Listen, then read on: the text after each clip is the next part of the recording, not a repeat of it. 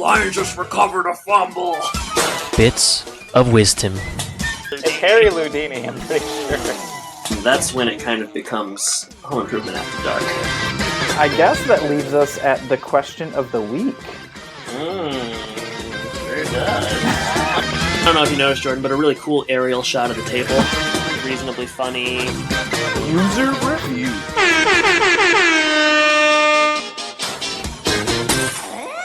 Does everybody know what time it is? Home and podcast time! That's right. Binford Tools is proud to present a Home Improvement Podcast. My name is Adam. You all know my co-host, Jordan Jason Voorhees Lyons. Jason what? Jason Voorhees. It's Friday the 13th, man. Oh, is it? Oh, wow. Yeah. I didn't even know. That's creepy. Did you know that Friday the 13th that's the Jason Voorhees franchise? Or would Yes. that have been... Okay. All right, well. I know him more just by the name Jason. The fact that you put a last name on it is a little bit confusing to me. Well, we've been working our way through those Friday the 13th movies for like the last year, and there's I don't know if there's a lot of them. There's like probably 12 or 14 or something, and we're on 9. So I know a lot about the entire franchise, and would be happy to talk about that. So spin-off podcast, maybe? I don't know. I hope not. I feel like they should have stopped at 13. Yeah, I don't think they did. There's also a lot of like, this is not that interesting, but with the case of like these Friday the 13th movies or the Nightmare on Elm Street movies, they'll do a lot of like, Friday the 13th or Nightmare on Elm Street, The Final Nightmare, and then they made like 3 movies, or like Friday the 13th, like, they'll signify it's going to be the last one, and then a year later they'll make another one. So it wasn't a lot of thought being put into these Yeah, films. those marketing geniuses know how to get people in the seats. They're not as good at marketing as perhaps you or I. Is this a segue into our bustling, super popular giveaway that's just going crazy right now? I mean, I think we should talk about the giveaway, Jordan. For whatever reason, it hasn't spread like wildfire in a way that I think we both expected. You dangle a Tim Allen softcover book in front of people with our autographs in it, and you think like people are just going to jump and I think people are forgetting that there is also a Home and Podcast sticker in there. I think that I forgot that as well. So, so it bears repeating, and we obviously need to do a little bit more guerrilla marketing, kind of like Al in that Halloween episode earlier this season. Wasn't he a gorilla, or was that two different gorillas? He was a gorilla. Yeah. Well, viral marketing, we've got some work to do. That's what I'm trying to say. Yeah. So we should talk about the giveaway though, since we are kind of talking about it. So are we talking about it? We're talking about it. So this month, Jordan, the lawnmower is coming. The lawnmower man. This month, is Friday the 13th. You're gonna die by the lawnmower. By man. lawnmower. Happy Death Day. That's another one that's out right now. Okay, we'll talk about the giveaway. So expiring October 31st. Just as October is expiring, our giveaway is expiring. And what we're giving away is a hardcover copy of Tim Allen's softcover.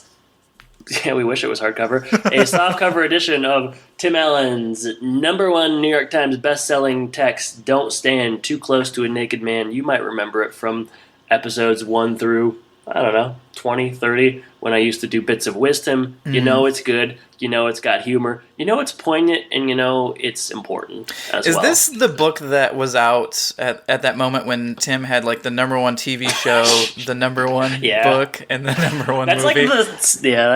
This is a piece of history. Since we started this podcast, I've probably read that like 1,000 times. It's the only time it's ever happened, Adam. I don't know if that's true since then, but probably, I guess it probably is. But so what we're asking for, or if you want to be entered in this giveaway, you just have to do one of 2 things. 1, leave us a review on iTunes. Painless, simple, free. It's easy. You don't have to write in any captions. You don't have to give us any actual feedback. All you have to do is find the star rating 1, 2, 3, 4, 5 and click 5. If you don't like the podcast, I don't want to hear your opinion, frankly. If you don't like the podcast, then you can do the other option.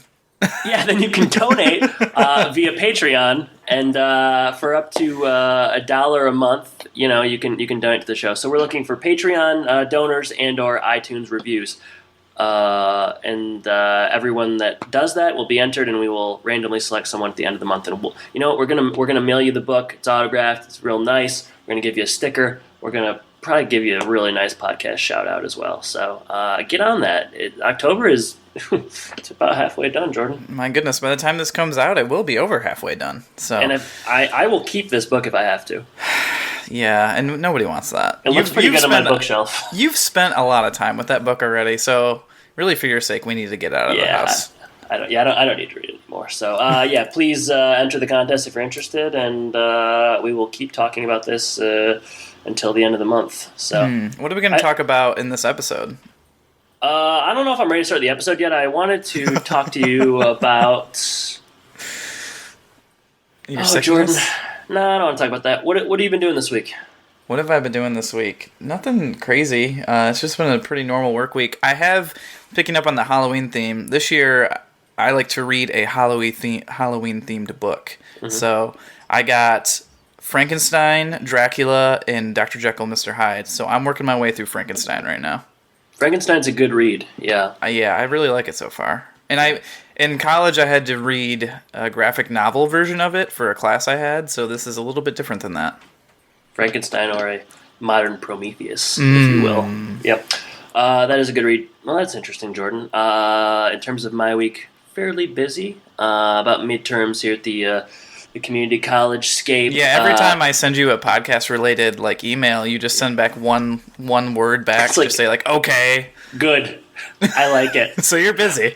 I can tell. I'm busier than usual. I did see the film Battle of the Sexes last night, which is about Billie Jean King. Bobby how was Riggs. that? I wanted to go see that. It's quite good. Yeah, we enjoyed it quite a bit. We were the only ones in the theater, which that happens from time to time, but it's always kind of noteworthy when it does. Mm-hmm. But no, it's a good movie. It was funny. It was obviously Steve Carell and Emma Stone are about as good as it gets in my opinion. And yeah, I think you'd like it. I can't imagine someone not liking it, but we definitely enjoyed that one. Yeah, so. Andrea and I are going to go see that, I think, maybe next week or something. Firm recommend. Good. Right. And what else would you like to discuss? Because it seems like you don't want to get into this episode. I'm ready to discuss the Colonel. I wanted to get my Battle of the Sexes plug out there. In the same way I wanted to talk about the Dark Tower. I felt compelled to, because I don't think Battle of the Sexes is. I just finished the first book of the Dark Tower series. Jordan. The Man in Black fled across the desert, and the gunslinger followed. So, did you like it? I actually didn't like it that much, but I'll keep reading. I can tell you with confidence, the second book is definitely more compelling. Good. There's some main characters that come in and that are considerably more interesting, and it's almost an entirely different. And the first book is based on a lot of different short stories he had, right? So he just kind of ties them together. Well, I wouldn't say that necessarily, but the second book is quite a bit different, more contemporary. It's better than the first one, in my opinion. The first one's a little slow. I've heard a lot of good things, so I didn't enjoy it too much, but I will keep going at least for the second one. It's short too. I'll let you know how it goes. Let me know. All right. Well, let's talk the Colonel, Jordan. Let's talk the Colonel. And before we get into the formal episode with all of the nitty-gritty details and all of the poignant observations that we come out with, we should say that this episode is sponsored by a fellow podcast covering 90s everything. They go through what happened in specific weeks in the 90s, but that is Stuck in the 90s, and they've recorded a little ditty for you to hear, so here it is. Hello and welcome to an ad for Stuck in the 90s. We are a weekly nostalgia podcast dedicated to chronicling the years 1990 through 1999 and everything that took place in them. We're your hosts. My name's Chris Elphick. And I'm Connor Thompson. If you like the 90s even half as much as we do, check out our show. We bring you back. We show you what it was like to live during that week in a random year of the 90s. It's fun. StuckInThe90spodcast.com. Websites existed in the 90s. Check us out. Yeah. So thank you to Stuck in the 90s podcast. Definitely give those guys a listen. Back to episode 65, The Colonel. And this is written by that illustrious power couple duo, Rosalind Moore and Howard J. Morris. They last did Slip, Sledding Away, and before that they did Blow Up. Two of our very favorites. Yeah, they don't have a great track record. No. This one, in my opinion, is an improvement on those two, though. This one aired February 9th, 1994. Lots of plot keywords. I don't know if there's any that you want to go into or not.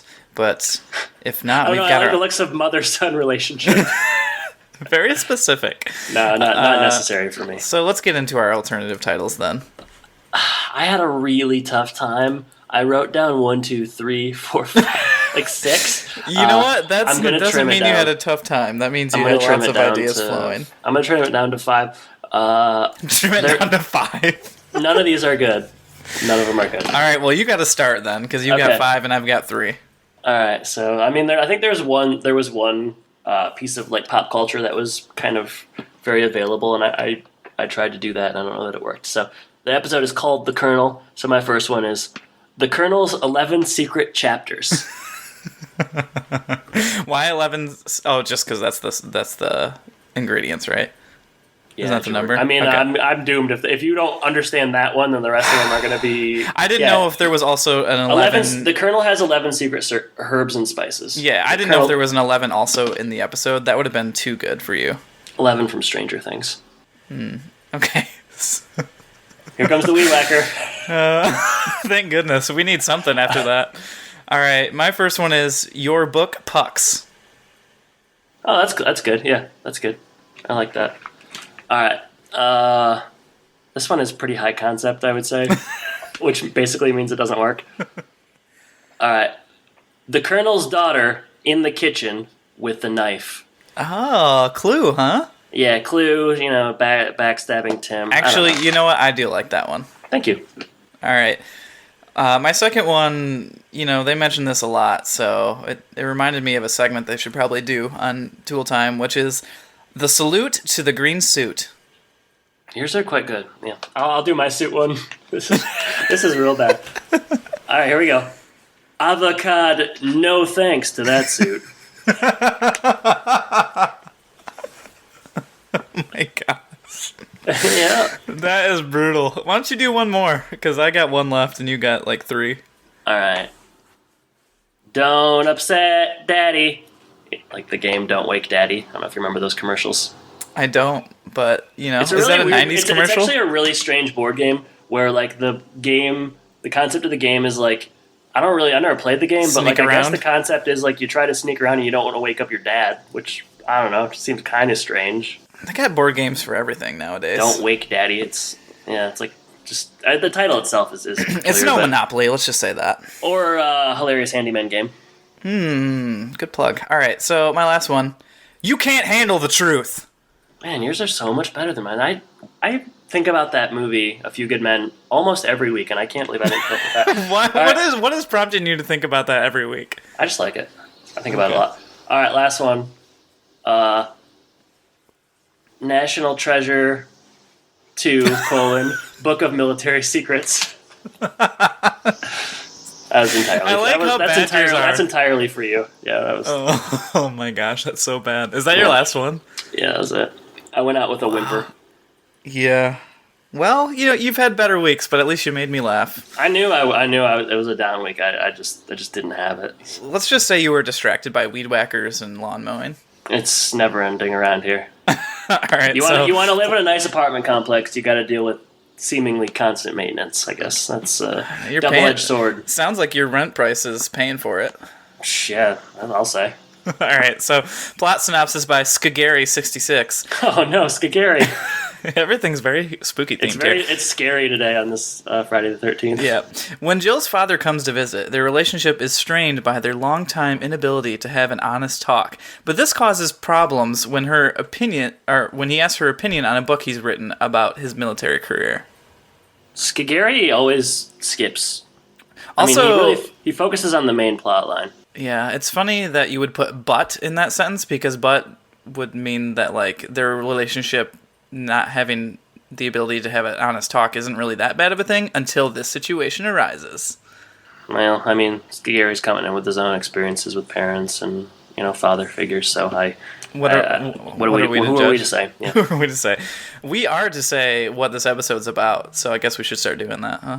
Let's get into it. All right, so we're going to open on Tool Time. Tim and Al are sitting atop a shoe shine stand, and get ready for a lot of S's in that. in this scene here. The logo is blue, which is different than the red, and is hopping with legs this time. It hops through quite a bit, but this one it had has a pair legs. of sneakers on as well. It was kind of shoes. It was frightening to me. The legs were frightening. They were stubby and short and just scary to me. Another Friday the 13th kind of thing, you know? I know. All right, so this episode, as they like to do, is also about male improvement. I think we should start doing that. Home and Podcast isn't just about homes. It's also about males. We might only be about male improvement. Yeah, We're not about true. home improvement. That's true. Men in their shoes, shoe repair, shoe shining, shoe trees, shoe horns, and for shoe trees and shoe horns, we have great visuals to go with those. What's a shoe tree, was my question. It's those things that go inside of like your dress shoes to keep their shape. They're often wooden. Okay, yeah, I guess I didn't, I'm not familiar with that, really. They're for fancy folks, like me. I have a lot of really fancy shoes, so weird that I wouldn't know about it. And then shoehorn, they help you get into your shoe, and they have got great pictures. Shoes on trees. Is it a shoe blowing a horn? I forget, but it's all very funny. They talk about repairing damaged shoes. They do, like I said, those S-word jokes, so it's like shoes sheen for sure and stuff like that. It's not particularly funny. Al is kind of ignoring Tim's jokes here, and I'd like to do that too, but we can't. And then our favorite thing about Home Improvement, I think, is Tim's jokes about Al's mom. And yeah, I mean, I thought it was funny because I'd never seen anything quite like it before. It's really unique.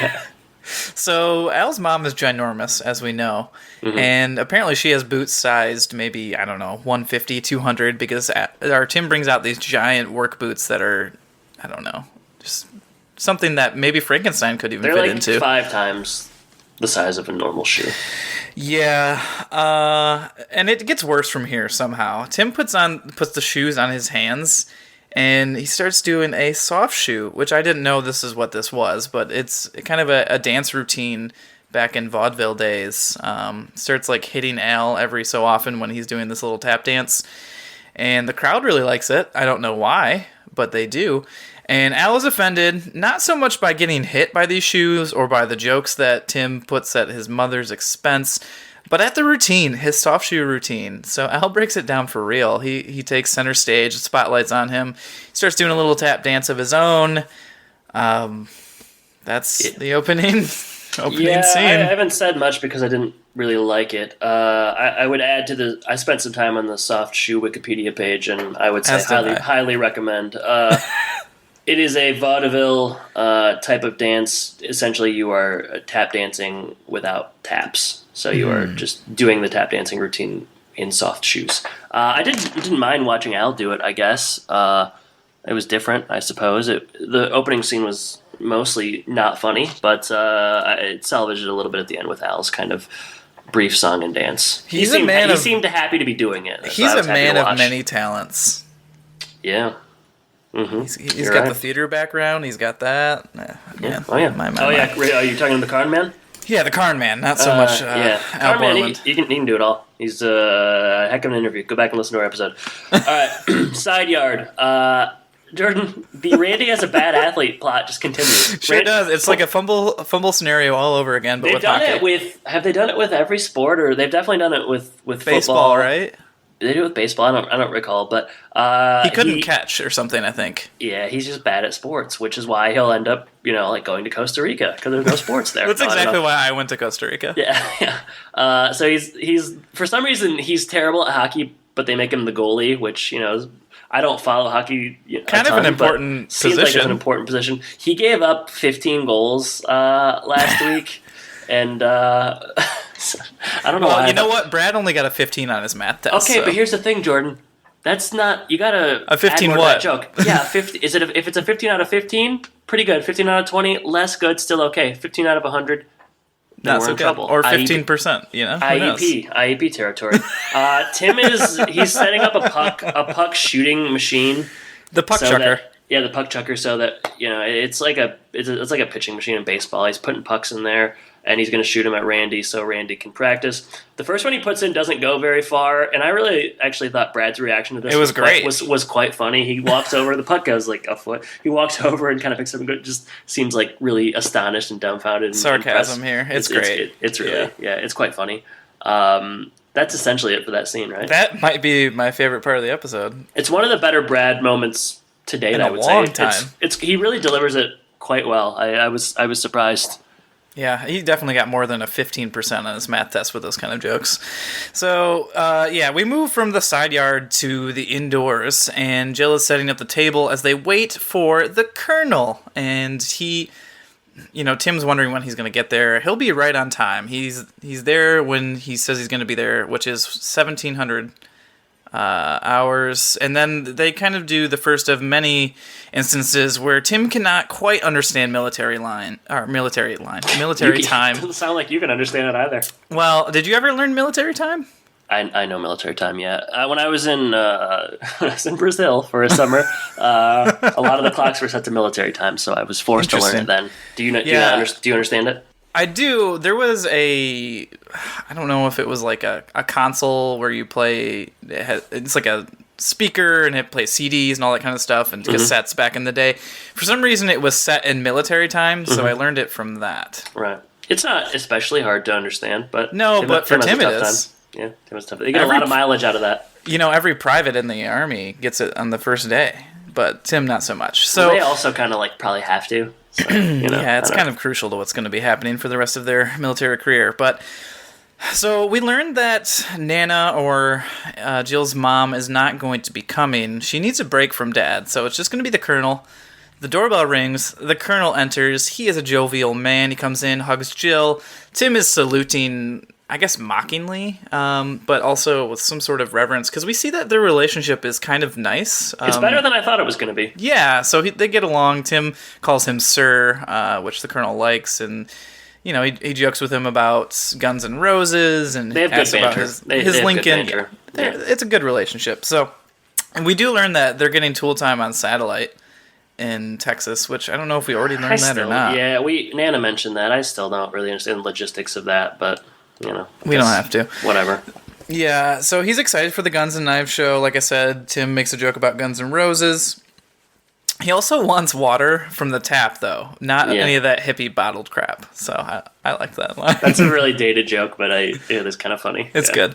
The kids come in to see Grandpa, and they stand at attention, and they're doing their little salutes. Randy salutes too early. I don't know if you noticed this. Yeah, and then Mark salutes way too late. Just nobody gets it but Brad. Yeah. But Grandpa wants to give them a haircut. Their hair is kind of long, so I can see that. They end up breaking into a hug, and we see the military facade break down into some love here. And Mark wants to know right away, what kind of present did they bring Mark and the boys? He's lacking any kind of tact. I'll say that much. Surprise, surprise. Yeah. He brought them shrapnel, and they immediately want to take it and show it to their buddy Jeremy. Apparently it came from his body, but we don't know where in his body. Yeah, the joke is don't ask me where. I don't know, is it his butt or something? It would have been funny. It would have been funny if you said that. It came from a butt. I'll talk a little bit about this actor. So the Colonel's played by Emmett Walsh, who is he's kind of a Hall of Fame character actor, I would say. He's in a lot of stuff. 219 credits to his name. Most known for Blade Runner, My Best Friend's Wedding, Wild Wild West, Blood Simple. Of late, he's been in Adventure Time, Empire, more TV stuff of late, but 80s and 90s, this guy was in a lot of movies. I don't remember. A lot of smaller parts. Blade Runner, obviously, they have the second thing with Ryan Gosling and Harrison Ford. I don't remember him from the first one. I, again, had to watch that for a class. Really? The same class, the Frankenstein class. It was a dystopian class. And we watched that movie, but I don't remember him from that, so I'll have to go back and rewatch it. I'll have to check it out. Yeah, he's in a lot of movies. He's a boss. But, he's good. I actually really like him in this. I think, it's a case of them getting a good actor that quite fits the role. So I definitely bought him as the Colonel. Yeah, for sure. So that's the end of the Colonel entering the Taylor home to begin with. Later on at home, Tim and Jill... Oh, we should say that he did bring a gift... Jordan, not just for the boys. You're glossing over the entire plot. That shows you how much I like this. Okay. So Tim is jealous. He didn't get a gift right away, and the Colonel says, "I gave you my daughter." Tim says, "I'm kind of sick of playing with that one." So That was weird. the Colonel takes it in stride. He doesn't even really respond I to don't it. know. Instead, If you were a colonel and you heard that, I feel like you maybe get a little more upset. But I think this just goes to show that the relationship is rock solid. Colonel's chill. Yeah, he brought a book that he wrote, a manuscript about his military career. That's a book of military secrets. It's something of a national treasure. National treasure too. Yeah. Later at home, after the scene is over, Tim and Jill are reading this, and this reminds me of when he used to send me.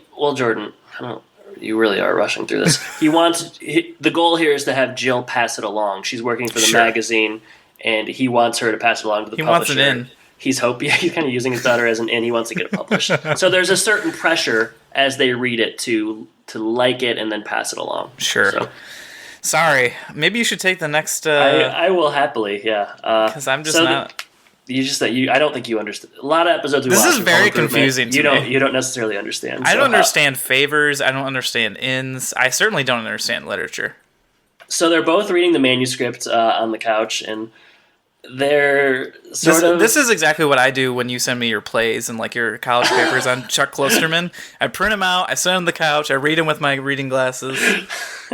I hope you like them better than they like this. They kind of do these sort of backhanded compliments. They're like, it's very detailed. Lots of facts. Lots of facts. Not much for characters, but eventually they both kind of come to the consensus that it's boring. It's just boring. It's very dry. Can I say they have the wrong scope for this book, maybe? Yeah, did they think it was like fiction or like a memoir? I mean, there's tons of books out there that are like about military tactics and strategy. Like The Art of War is all about that, and that's like a super duper incredibly famous book. But yeah, they just instantly are thinking there needs to be characters and plot and story, and I don't know. Yeah, I don't know. Jill thought it was going to be like Born on the 4th of July or like some sort of like a historical fiction. Yeah, I guess so. But yeah, it's not that, and therefore she just kind of they both agree that it's just like bad. I don't know. They don't. Yeah, they don't. I never actually hadn't. That's interesting. I hadn't really considered that. Maybe they should have changed their scope or considered that maybe it was something different than what they thought. But they both just kind of agree that it's bad, and they don't want. Oh, Jill doesn't want to tell the truth to her father. Jill has real issues with her parents. I think we've learned that she has. I mean, like it's kind of crazy. This is basically the same thing that she had a problem with when her mom came. It's true, yeah. So that is my problem with this episode. Jill comes from a broken home, apparently. We only hear about that when her parents come visit, but she doesn't want to tell the truth to her father because she knows he won't take it well. He doesn't take criticism well. She doesn't want to hurt his feelings. So Tim, they both kind of agree that Tim will.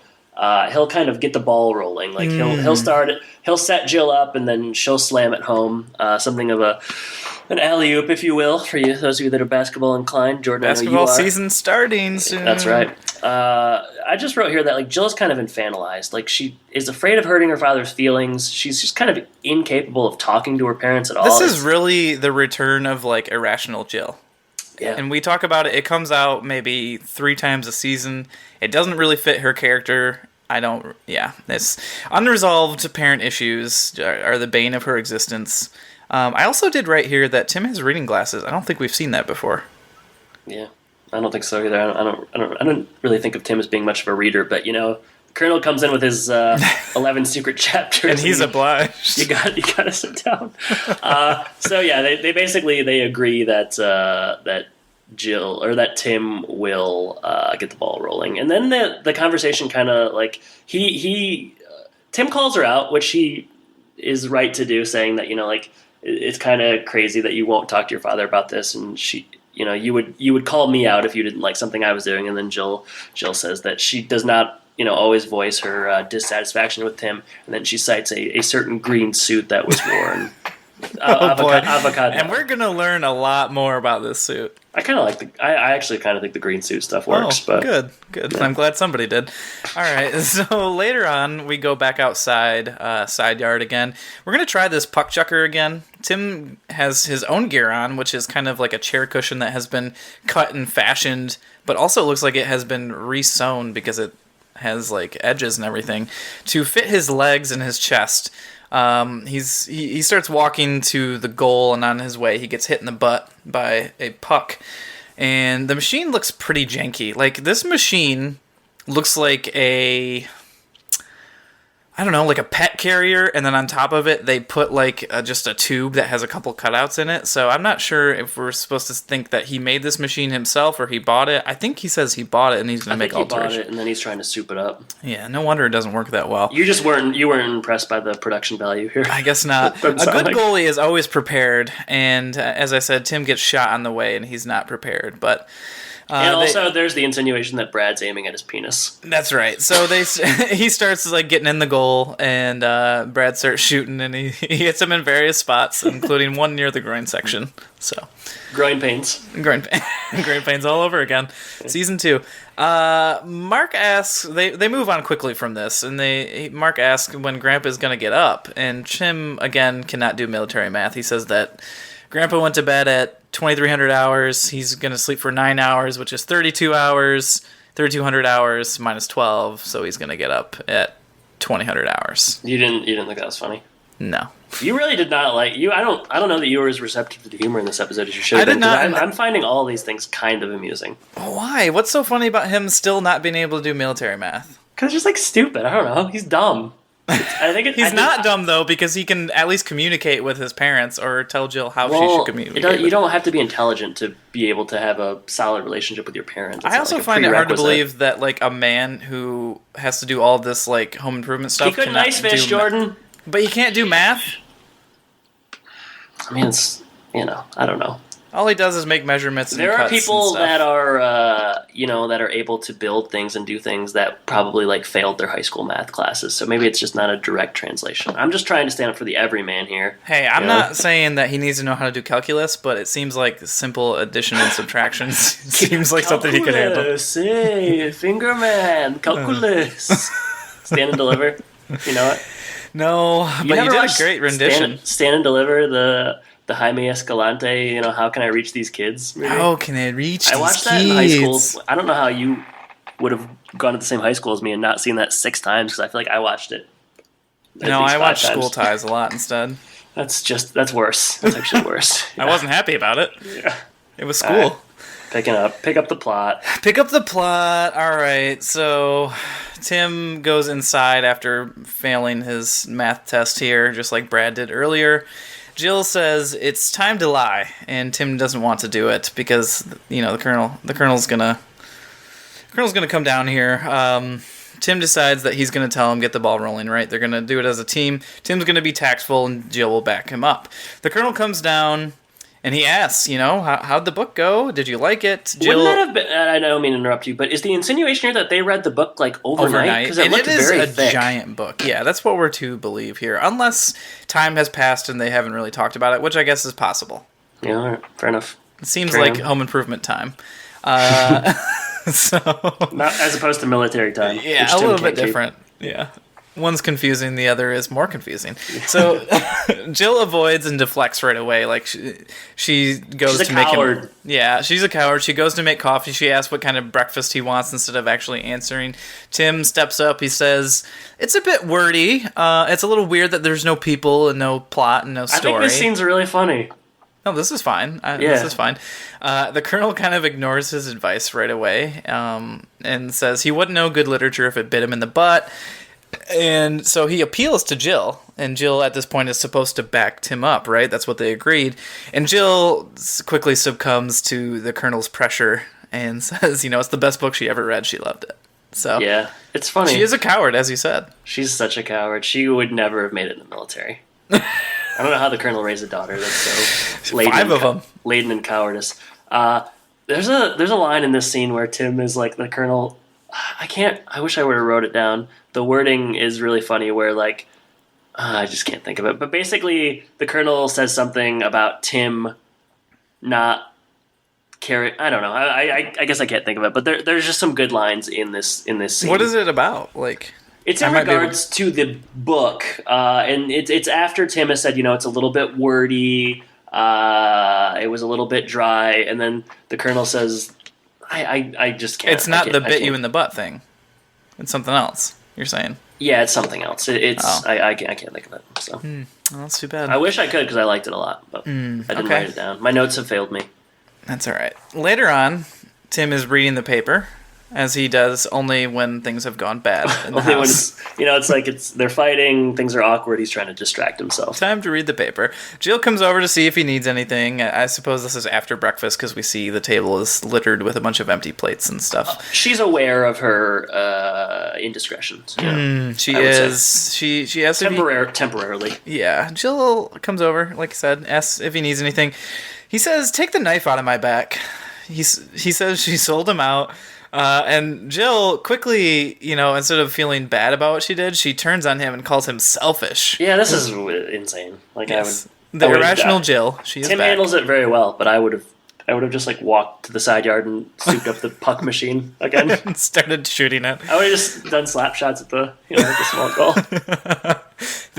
So Jill says this is between Jill and her dad. He should be more supportive of Jill in this situation. If it's between Jill and her dad, why is she forcing Tim to take the lead? To take the lead. Ugh. And like you said, he does take it pretty well. He just says like, "What?" He cannot understand like how crazy she is being at this moment. Yeah. And I agree. The Colonel comes down again and reiterates how Tim has no taste.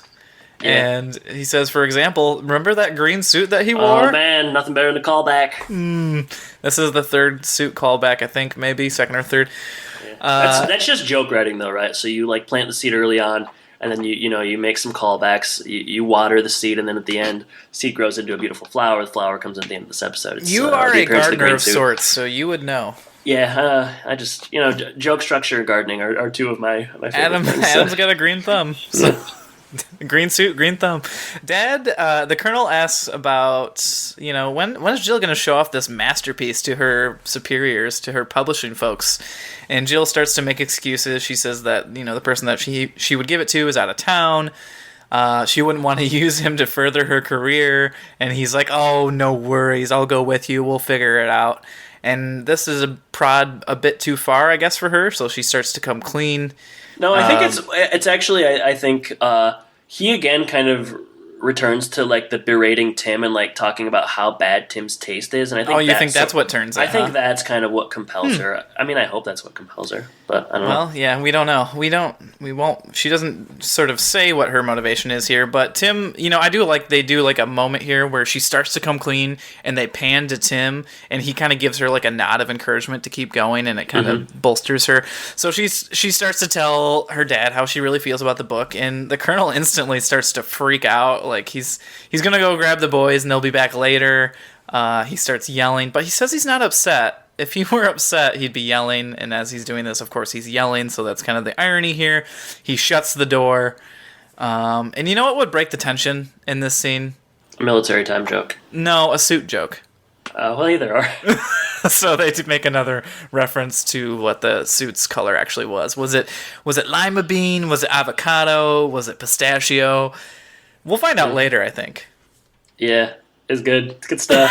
Good, clean fun. Jeez. Good, clean fun. All right. Outside later on, Jill is taking out the trash, just doing all the chores around the house because somebody's got to do it. Well, this is where we're probably going to play our Wilson clip. I think we might because you know who else is outside? It's Wilson. Yeah. And he's reading a book and he has some funny book jokes. He's got some things Wilson's to say. Book jokes. Wednesday wisdom. All right. Roll the clip. We're gonna let him say it himself. Roll the clip, baby. Roll the clip.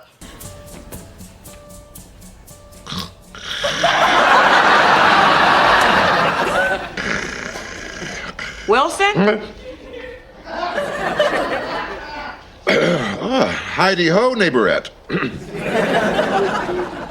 What are you doing?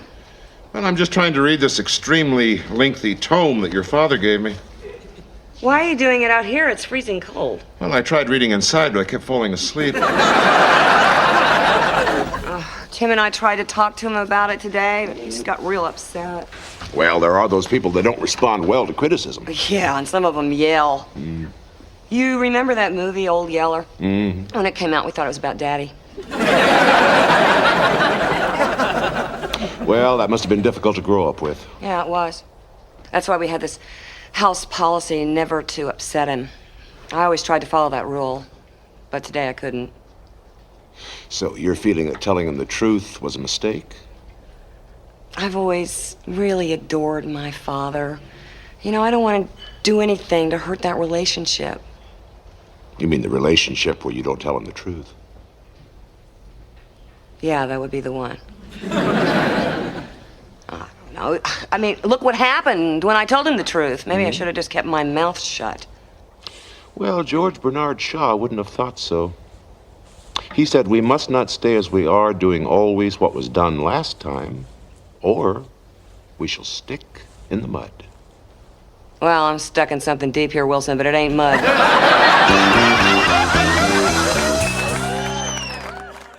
As we occasionally have on Home Improvement and on Home and Podcast as well, as opposed to Tim talking to Wilson at the fence, it is Jill. And the camera kind of pans down from the fence, and it's Wilson sitting in a lawn chair.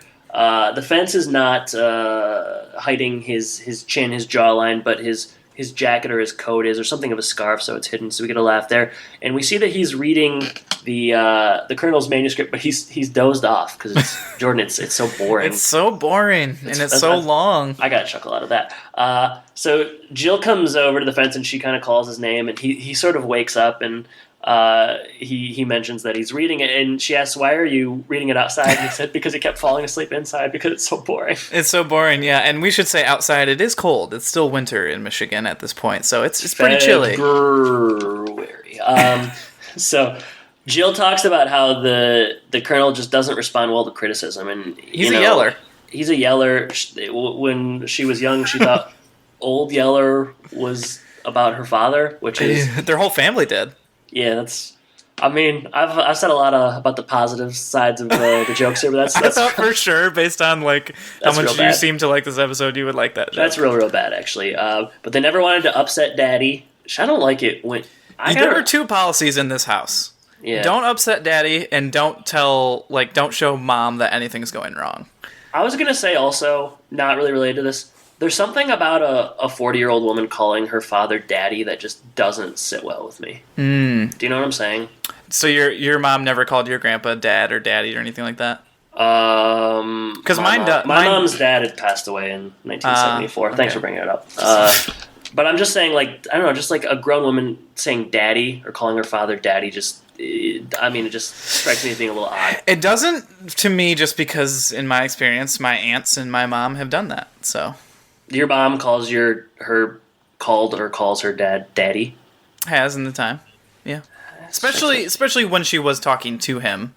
Okay. Now that he's passed away, maybe not so much. But well, your mother is a listener. I don't mean to offend, but it's just something to me strikes me. It just seems a little bit strange to me. But I'll leave it at that. I'll leave it at that, Jordan. We get a George Bernard Shaw. We'll see what one day your wife does. We'll see.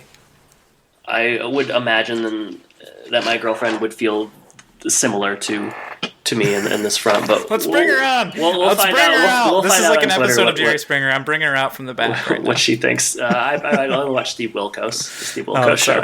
Sorry. Wilson introduces a George Bernard Shaw quote. And Jordan, you have this quote? I don't have it exactly, but I do know the paraphrase. Basically, the idea is, if you keep doing what you've done in the past, you're going to stay stuck in the mud. And Jill says, "I'm not stuck in mud. I'm stuck in." But she doesn't say it. She doesn't say that, but she should. Yeah. That'd be funny. Yeah, she alludes to it. But she would say, Jill never swears. She only says, butt. Kick his butt. Her Texas accent comes out. Yeah, kick his butt. But that's essentially the scene. Yeah, so she, will she change her ways and tell him the truth? Will she not? We'll see. I don't know, Jordan. I guess we'll just have to. Yeah, it sounds like you don't. Next scene. Sounds like you don't have any notes for the rest of this episode. I guess I have things to say. All right, so next scene, we head back inside, and the Colonel is telling Mark about Korea, about the. You know who'd love to hear stories about war? Mark, not Brad, the kid who doesn't understand anything. Yeah, you're gonna try to regale him with your old war stories. Mark, the Colonel mentions that General MacArthur, Douglas MacArthur, tapped him on his shoulder, and he says, you don't know General MacArthur?" And Mark says, "No, but I know General Motors." Really funny. Really good line. It makes complete sense. Tim's a car guy. They're in Michigan. Yeah, it works. Vehicle City. It works on every level. It works on all of the levels.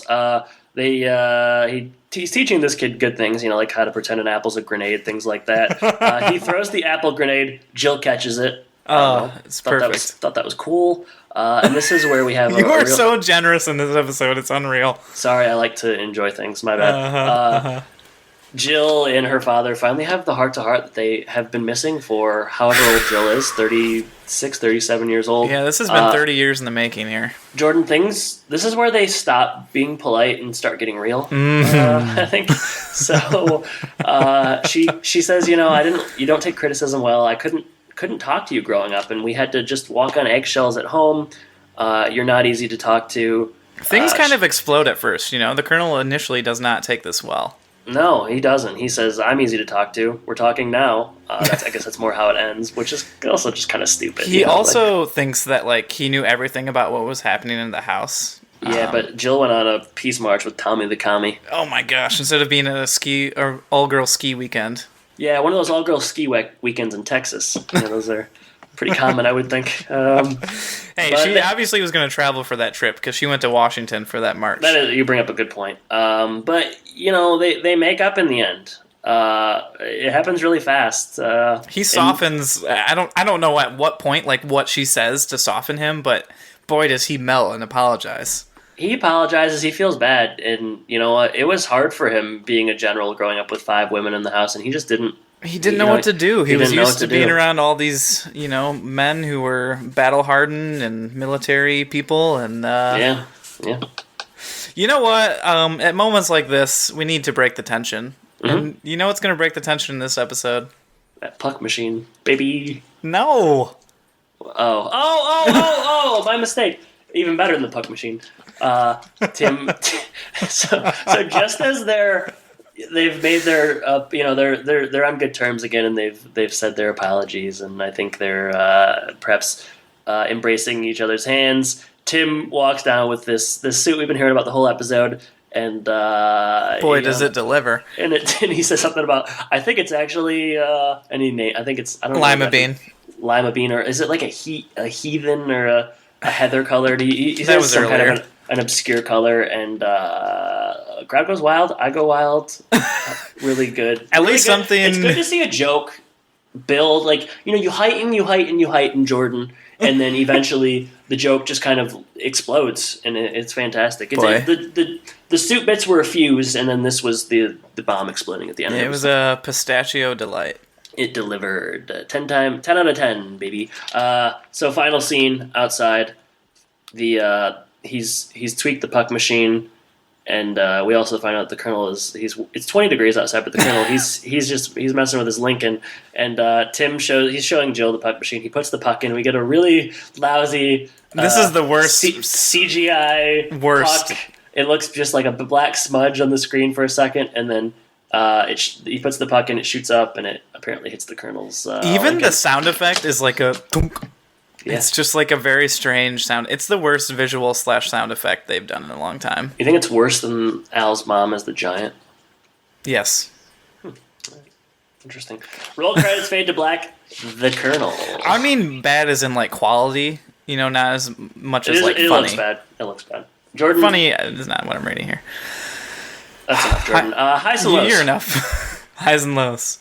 Start with your highs if you can come up with any. Jeez. Yeah. No, I did enjoy the relationship that Tim and the Colonel have. I think that's a fun thing that they tease each other and joke and seem to really like each other, which is good to see because you hear so much about I feel like the trope, in sitcoms is the in-laws, and they're terrible. I expected that too. I really did. So that was a little bit different and refreshing. The actor that plays the Colonel, remind me of his name. Emmett Walsh. Yeah, I think he does a really good job here. He's just solid all the way around. I like his performance. He heightens things when they need to heighten. He plays angry. He plays happy. He does it all. I did like that. Lows, pretty much everything else that happened in the episode for me. I did not like the fact that they recycled this plot line from when Jill's mom came. But this one was so much better than the other one. Well, I think. It's another episode where Jill just becomes completely irrational and does not fit into character at all. Too many military time jokes for me and too many green suit jokes for me. I think that might be a high for you, but for me it was a low. And again, just a really poor tool time opening. So I just didn't enjoy this episode as much as you did, so I guess I'll let you talk about it now. I mean, I could go really fast. Highs, everything. Lows, nothing. Highs. Is this your favorite episode in the series so far? No, it's not. I think I'm maybe overcompensating a little bit because I've sensed how much you don't like it and I like it more, so I've perhaps oversold it. I do like this one. Highs, I think Emmett Walsh was really good as the Colonel. Mm-hmm. I would almost say it's not quite a Christopher McDonald For Whom the Bell Tolls performance, but it's just like a good character actor with film experience and acting experience and just fitting the role very well, coming in and stealing the show. Would you say top 5 maybe guest appearance? I would put it, I think it's on the Borgnine Jack Elam level as far as I'm concerned. It's good. He's quite good. And that went a long ways for me.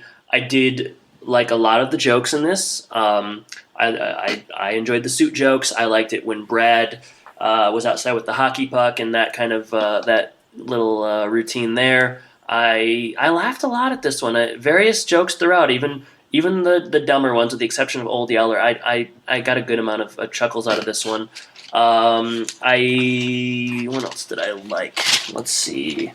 Highs. I'm glad to hear that this brought you some joy. It brought me a lot of joy. I know that you've been having a tough time lately, so this was important to you. I don't agree. Wilson's fence segment was funny. I thought he had some good lines there. Just a lot of this episode really, really worked for me. I even liked although it was a little bit rushed, I even liked their kind of reconciliation at the end. Mm-hmm. Lows, the Home Improvement, or rather Tool Time opening to open the Home Improvement episode was lame, and they've been lame for, I don't know. Too long. How many straight episodes? That one wasn't especially funny. I don't know. I mean, other than that, I don't know. That was my main low. That's fine. I liked it. Yeah, you liked it. 10 out of 10 would recommend Emmett Walsh, a revelation. And so just when Rosalind Moore and Howard J. Morris are at their lowest of lows, they totally redeem themselves. Yeah, just when I think I'm out, they pull me back in. All right. So that is the dichotomy that we have for episode 65. More the Colonel. So lately, I feel like we've been a little bit more. The episodes have been more divisive, I think. Yeah, I feel like we're changing as people, and maybe our priorities are different. I think you're becoming more grouchy, a little bit grouchier, and I'm an old man. I am a little bit older than you, so a bit sour. That makes sense. Yeah, you're like quite a bit older than me, actually. You'll be here in about 6 months. That's true. Yeah, something about being 28 you just lose your will to laugh. Hey, I'm not 28 yet. Yeah, you are. Aren't you? Wait, you know when my birthday is. All right, we're gonna have to take this off air. We can edit that out. Fine. Let's talk social media. All right. Should we enter Sean's social media corner? I think we should. Absolutely. Sean is always welcoming, so it's a good place to go after a hard episode where we disagree on so much. Sean, he wants to let us know how you can contact us like he has in the past. So you can reach out to us at thehomeandpodcast.com. You can email us at homeandpodcast@gmail.com. You can hit us up on Twitter at homeandpodcast, and we're on Facebook at facebook.com/homeandpodcast. If you'd like to sponsor the show, so many different ways to do so. You can donate a one-time thing on our website. You can donate a monthly gift as little as $1 a month at patreon.com. We are giving away sponsorships, or selling sponsorships, I should say. So reach out to us if you're interested in that. Yeah, I mean, those are the ways that you enter the giveaway too. So it's crucial that you leave an iTunes review or sign up for a Patreon patron. That way you can get this awesome book that we're giving away. Adam, what's going on with Twitter? Early on when Twitter first started, Ashton Kutcher, he was one of the first celebrities to have a Twitter, and it really blew up, and everybody thought, oh, Ashton Kutcher's really got it figured out. We're kind of the 2017 equivalent of Ashton Kutcher on Twitter, so a must follow. You got to see what we're doing. It's crazy. It's whack. It's awesome. All right, to that end. Oh, my gosh. Poll on Twitter. Have you ever been ice fishing? Tell us when and where. 17 total votes, which surprised me. 5% said, what's dat? All one word, all caps. 24% said yes. 71% said no. So roughly a fourth of our listeners have been ice fishing. And I don't know, we talked about opening the mailbag, but maybe I'll just talk about the responses that we got specifically right now. Jordan, how do you feel about that? That's fine. All right, so at Kmans15 responded to this, and he said he went ice fishing somewhere near Marquette. It was freezing and So a fond memory. And then I believe another listener responded, and I'm looking for that as we speak. Yes. We are prepared here on the Home and Podcast. Yes. At AC Recedo says that he went ice fishing, and it was dope. So one kind of fond memory about ice fishing, and the other, well, less fun. But thanks everyone for reaching out on Twitter. We'll continue tweeting and get involved in our giveaways and various things. Oh, one more thing I wanted to mention. At Dan's Devon Girl, she tweeted at us relatively recently, and it's a crossword puzzle. And one of the words that she was looking for was Zaxxon, which was a reference to the game that the boys play in the Up Your Alley episode from season 1, which was one of my favorite episodes of that season. So. Yeah, those are sweet memories. A plan really came together, didn't it? Yeah, it was like Ocean's 11 kind of plan coming together, and I was really excited. Yeah, so good memories, good interactions. So definitely reach out to us on all those different platforms. And I actually want to say one more thing. Things are coming to me later. I am going to be posting the Christmas episode poll. Oh, this is important. Everyone listen up. Yeah, this is really important, actually. So I think I'm going to post the poll today, and I'm going to leave it up for maybe as long as a month, I think, to really get the full amount. Do they have that option? You can just leave it open for a really long time? You can, yes. Okay. So I will be posting that, and I think what we're going to do is I'm going to be posting one of 3 options, and those options are going to be the Santa Claus 2. So we did the Santa Claus last year. We could be doing the Santa Claus 2. The other option is Christmas with the Cranks. And my plan is to do El Camino Christmas, which is something we talked about quite a while ago, which was the Tim Allen Netflix movie that's coming. And I think that's coming in early December. So my plan now is to have that as an option as well. So one of 3 Tim Allen Christmas films will be posted. I suppose I could add I'll Be Home for Christmas, the Jonathan Taylor Thomas movie, too. Ooh, yeah, definitely put that on there. So 4 options. The Santa Claus 2, I'll Be Home for Christmas. I hope we don't have to watch that. That one's really bad. El Camino Christmas or Christmas with the Cranks. I'll leave it open for quite a while. Whichever one wins, that's going to be our Christmas episode. You probably shouldn't have mentioned that you don't like that movie because our fans seem to like to spite you, as rabid. they did with the board game. They're rabid. I'll do whatever. It's going to be good. It's the holiday season, so look for that. Vote on that because whatever you guys and girls decide, we will do. So. All right. With that, we move on to the question of the week. And Adam, I think you're up. I'm up. Jordan, in this episode, there's a puck chucker, hockey references. Hockey is thematically a sport, and that is it mentioned this episode. We grew up in Michigan. Detroit Red Wings play there. Sure. I myself have not ever been very fond of hockey, nor have I had a real close relationship with it. Jordan, what have your experiences been with hockey as a sport? Yeah, back in the olden days, we used to play sometimes street hockey in the street right in front of my house, where we used to have those little hoops that we set up for basketball.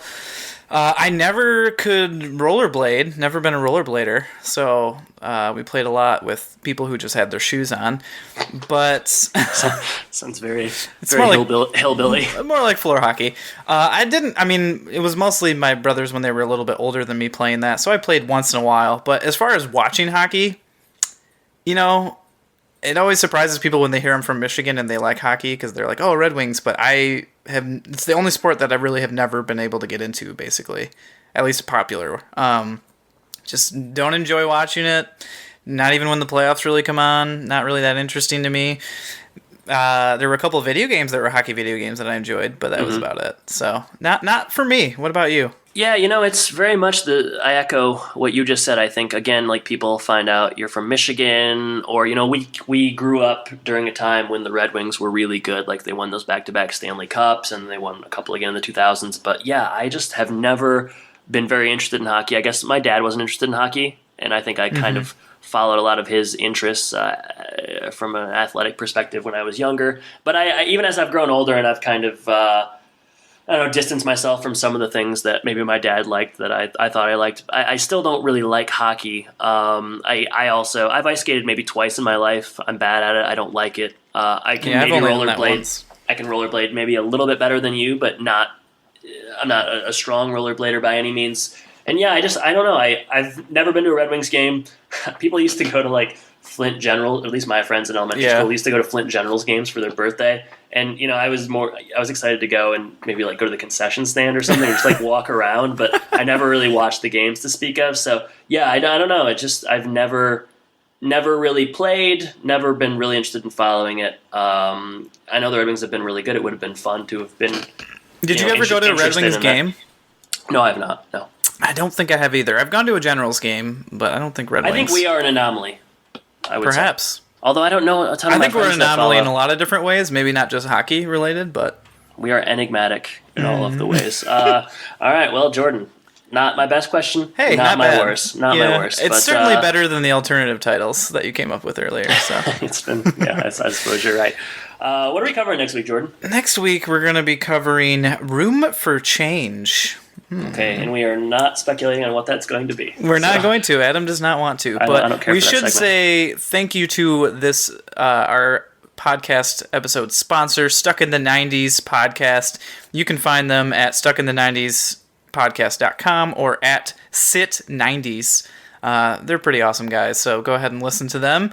If you love the 90s and you checked out the other guys, you're going to love these guys too.